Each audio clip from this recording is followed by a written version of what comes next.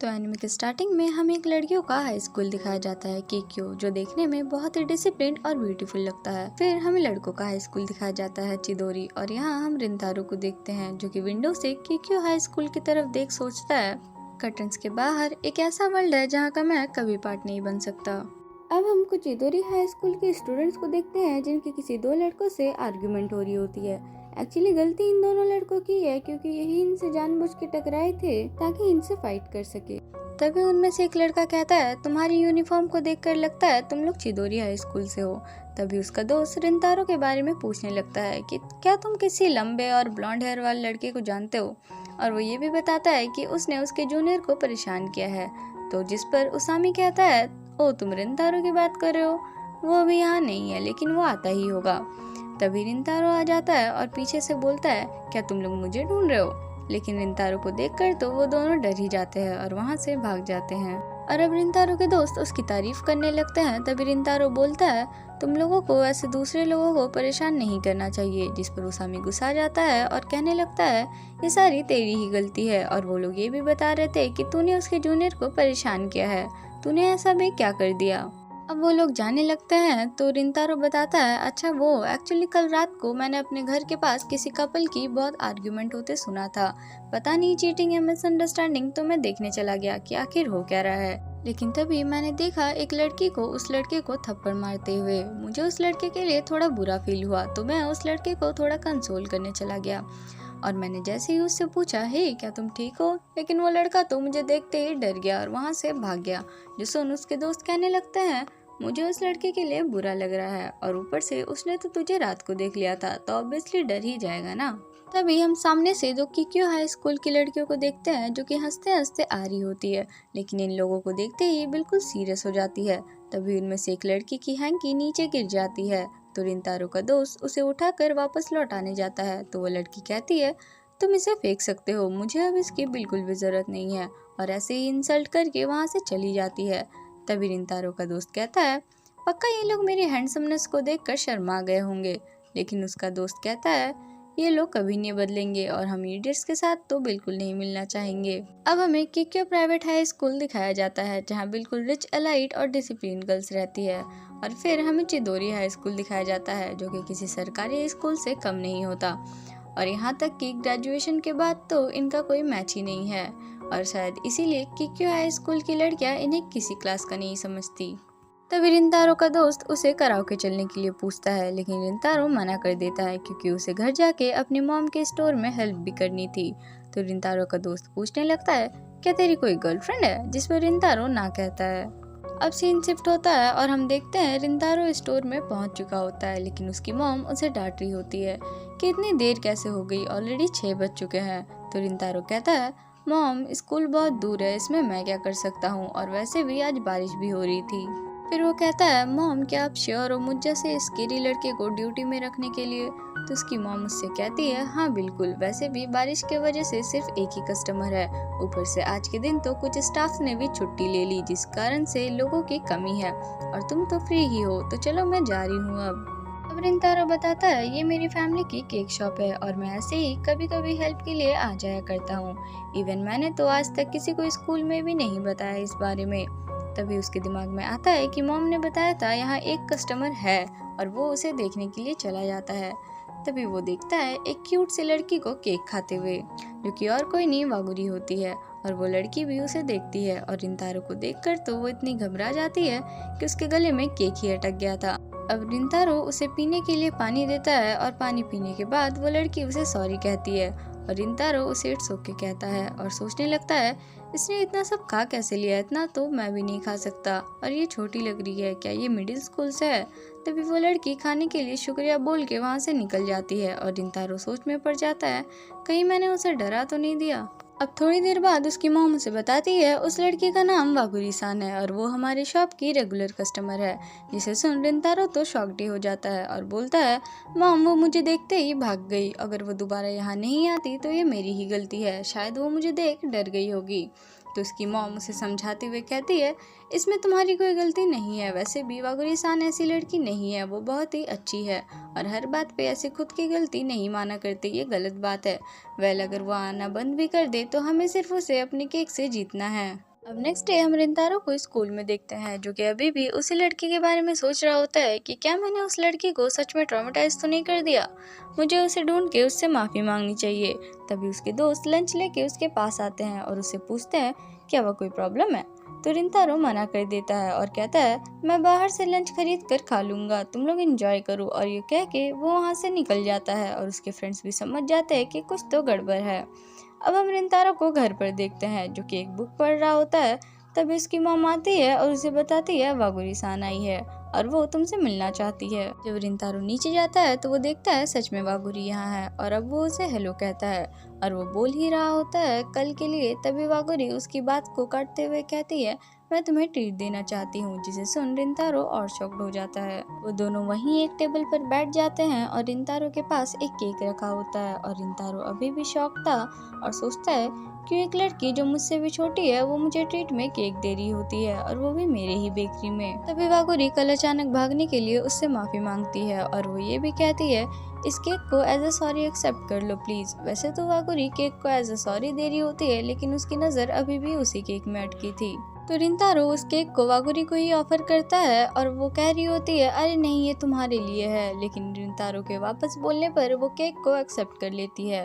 और रिंतारो उसे देख सोचता है सिर्फ केक ही नहीं, लगता है इस लड़की को खाना सच में बहुत पसंद है और वागुरी को केक पसंद भी आता है। उसके बाद वो रिंतारो से कहती है कल तुम मुझे देखकर सरप्राइज लग रहे थे, कोई अकेले इतने केक कैसे खा सकता है। और रिंतारो यहाँ हाँ बोल देता है और सोचता है मैंने हाँ क्यों बोला। तो वागुरी बताती है कल ज़्यादा कस्टमर्स नहीं थे सो मैंने कुछ ज़्यादा ही खा लिया। अब वो कहती है क्या मैं तुम्हारा नाम जान सकती हूँ। बाय द वे मेरा नाम वागुरी कराओके है। और रिंतारो कहता है और मैं सुमुगी रिंतारो। और ये सुन वो कहती है रिंतारो कुन फाइनली। तो रिंतारो शॉक्ड हो जाता है और पूछता है फाइनली। तभी वागुरी को रियलाइज होता है कि उसने कुछ ज़्यादा ही ज़ोर से बोल दिया। अब वो फिर से घबरा जाती है और साथ में शर्माते हुए एक्सप्लेन करने लगती है कि अरे ऐसा नहीं है जैसा तुम सोच रहे हो। एक्चुअली मैंने तुम्हें पहले बहुत बार देखा है, इवन तुमने तो मेरी कई बार हेल्प भी की है। जिसे सुन रिंतारो हाँ कहता है और सोचने लगता है सो ये फर्स्ट टाइम नहीं है जब हम मिल रहे हैं, या मैंने ही कभी नोटिस नहीं किया। अब रिंतारो कहता है तो फिर तुम मुझे देखकर डर के भाग क्यों गई थी। और ये बात वो कुछ ज़्यादा ही ज़ोर से बोल देता है कि उसकी मॉम को भी कहना पड़ता है कि रिंतारो थोड़ा धीरे बात करो। तभी वागुरी उसे एक्सप्लेन करते हुए बताती है कि अरे ऐसा नहीं है, एक्चुअली ये पहली बार था कि कोई लड़का मुझे ऐसे देख रहा था और इसीलिए मेरी हार्ट बीट बढ़ गई थी। जिसे सुन रिंतारो एक बार फिर शॉक्ड हो जाता है और कहता है हार्ट बीट, वो भी मेरे लिए, लेकिन मुझे देखकर तो सब डर जाते हैं, फिर ये ब्लश कैसे कर रही थी। और जब वो वागुरी की तरफ देखता है तो वो ऑलरेडी उसकी तरफ देख रही होती है, जो देख रिंतारो शर्मा जाता है और कहता है बाहर बाहर बहुत अंधेरा हो गया है, चलो मैं तुम्हें स्टेशन तक छोड़ आता हूँ। तो वागुरी कहती है हाँ सही बोल रहे हो, लेकिन क्या मैं एक केक खरीद लूँ जाने से पहले। तो रिंतारो हाँ बोलता है। अब वो दोनों शॉप के बाहर होते हैं और रिंतारो उससे पूछता है क्या तुम सच में ठीक हो, मुझे चलने की जरूरत नहीं। जिस पर वागुरी कहती है हाँ बिल्कुल, वैसे भी स्टेशन यहाँ से पास में ही है।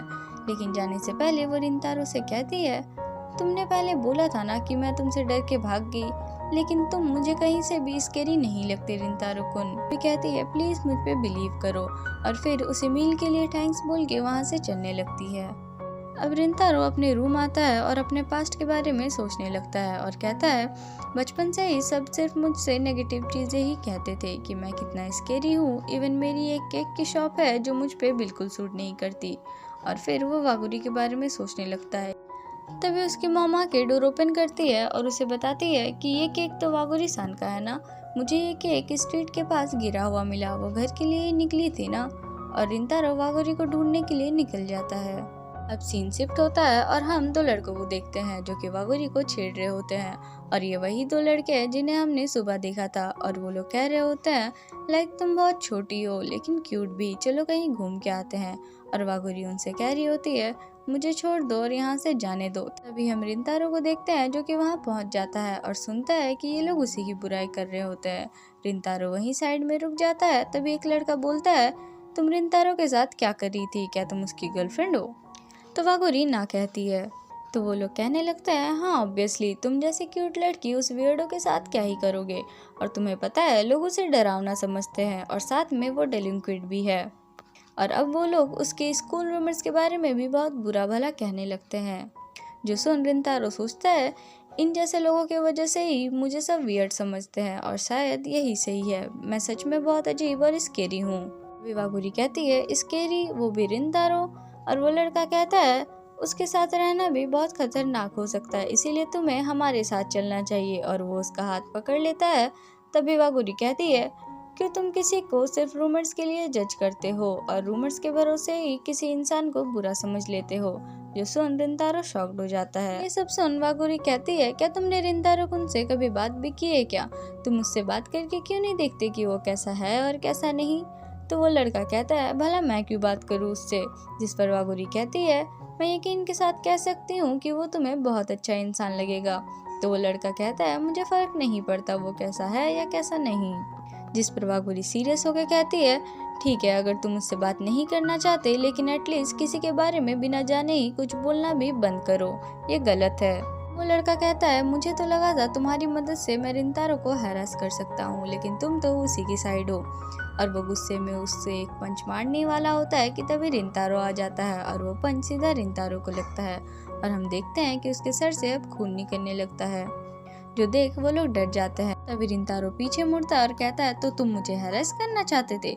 अब वो दोनों रिंतारो को देख के फिर से डर जाते हैं और वहाँ से सॉरी बोलते हुए भाग जाते हैं। अब ये सब देख वागुरी घबरा जाती है और रिंतारो के पास जाती है और उसे नीचे खींच एक हैंकी से उसका ब्लड साफ करने लगती है और उसे कहती है सॉरी, ये मेरी वजह से ही सब हो रहा है और मेरी ही गलती है।